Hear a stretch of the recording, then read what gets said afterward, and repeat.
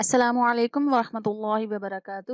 بسم اللہ الرحمن الرحیم۔ پچھلے لیسن میں ہم نے پڑھا تھا اعراب کے بارے میں۔ اعراب زبر زیر پیش کو کہتے ہیں، ان کو حرکات بھی کہا جاتا ہے۔ آج ہم تنوین کے بارے میں پڑھیں گے۔ تنوین دو زبر دو زیر دو پیش کو کہتے ہیں۔ تنوین کے بعد تنوین پڑھتے ہوئے جو نون ادا ہوتا ہے اس کو نون تنوین کہا جاتا ہے۔ میم دو زبر مان، ہجے کرتے ہوئے ہم اس کو پڑھیں گے۔ میم دو زبر من، الف نہیں پڑھیں گے۔ میم دو زبر مان، میم دو زیر من، میم دو پیش مون، مان، میم من۔ جب ہم با دو زبر بام، با دو زیر بیم، با دو پیش بم، بام، بیم، بن۔ اسی طرح وان، وین، ون، فان، فین، فن۔ اب سٹارٹ میں یہ جو چار لفظ آئے ہیں یہ حروف شفویہ ہیں جن کا آپ کو اب یاد ہو چکا ہوگا۔ اس کے بعد سام، سین، سن، سا، زال اور زوا پڑھتے ہوئے آپ کو پتا ہے کہ سیٹی جیسی آواز نہیں آئے گی، زبان کی ٹپ جو ہے وہ دانتوں کی بیک سائڈ سے ٹکرائے گی تو سا، زال اور زوا کا مخرج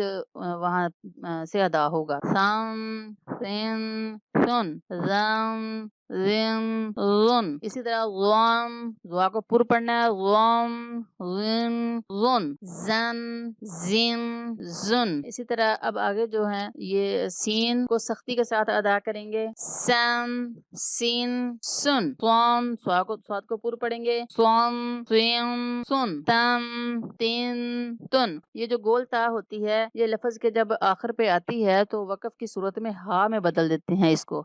مثال کے طور پر کبیر وطن، اب ہم اس کو اگر وقف نہیں کریں گے تو پڑھیں گے کبیر وطن، اور وقف کی حالت میں ہم اس کو کر دیں گے کبیر، ہا میں بدل دیں گے اس تا کو۔ دال دو زبردن، جیسے ہم نے باقی لفظوں میں تنوین آنے پر الف کو نہیں پڑھا اسی طرح دال کے ساتھ یا کو بھی نہیں پڑھیں گے۔ دم، ہجے کرتے ہوئے ہم دال دو زبر دن پڑھیں گے، دن، دن، دن۔ طوا کو پر پڑھیں گے، توم، تویم، تون۔ روا کو موٹا پڑھیں گے، روم، ریم، رون۔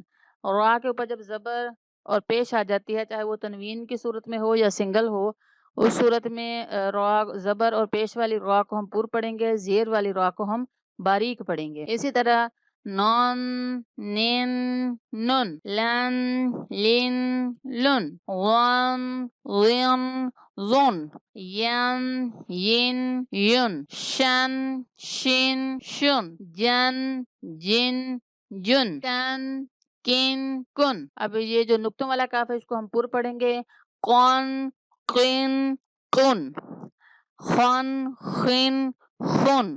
اس کو بھی پر پڑھیں گے، خواہ کو، غائن کو بھی پر پڑھیں گے، غن، غن، غن۔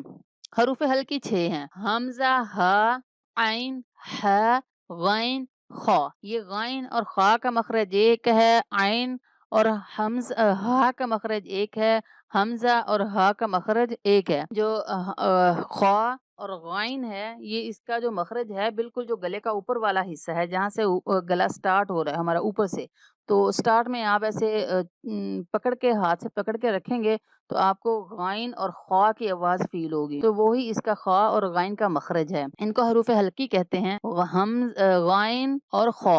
حن، حین، حن، عن، عین، عن۔ اب ہا اور عین کا جو مخرج ہے وہ درمیان گلے کا، جو گلے کا بالکل سینٹر ہے، آپ وہاں سے پکڑیں گے جہاں پہ یہ ہماری ہڈی ہے، جب وہاں سے آپ ہاتھ کے ساتھ وہ اس ہڈی کو پکڑیں گے تو پڑھتے ہوئے آپ کو ایک وائبریشن فیل ہوگی، تو یہی جو درمیان حلق ہے ان دونوں کا مخرج ہے، ہا کا اور عین کا۔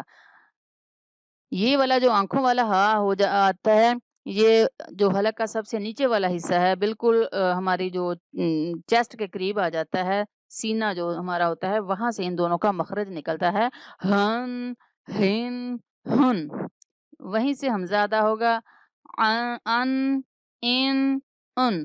عین اور حمزہ کے مخرج میں ڈفرنس ہونے کی وجہ سے ان کی آوازوں میں بھی ڈفرنس ہوتا ہے۔ الحمدللہ آج ہماری تنوین کا جو لیسن تھا وہ کمپلیٹ ہوا، اور اس میں ہم نے سیکھا کہ جو تنوین پڑھتے ہوئے اس کی آواز کیسے نکالنی ہے تنوین میں، تو انشاءاللہ العزیز اب آگے ہم تنوین کی اور حرکات کی مشق سٹارٹ کریں گے۔ اللہ تعالی ہمارے پڑھنے میں آسانیاں پیدا فرمائے اور اس کو ہمارے لیے نفع مند بنائے، آمین۔ السلام علیکم ورحمۃ اللہ وبرکاتہ۔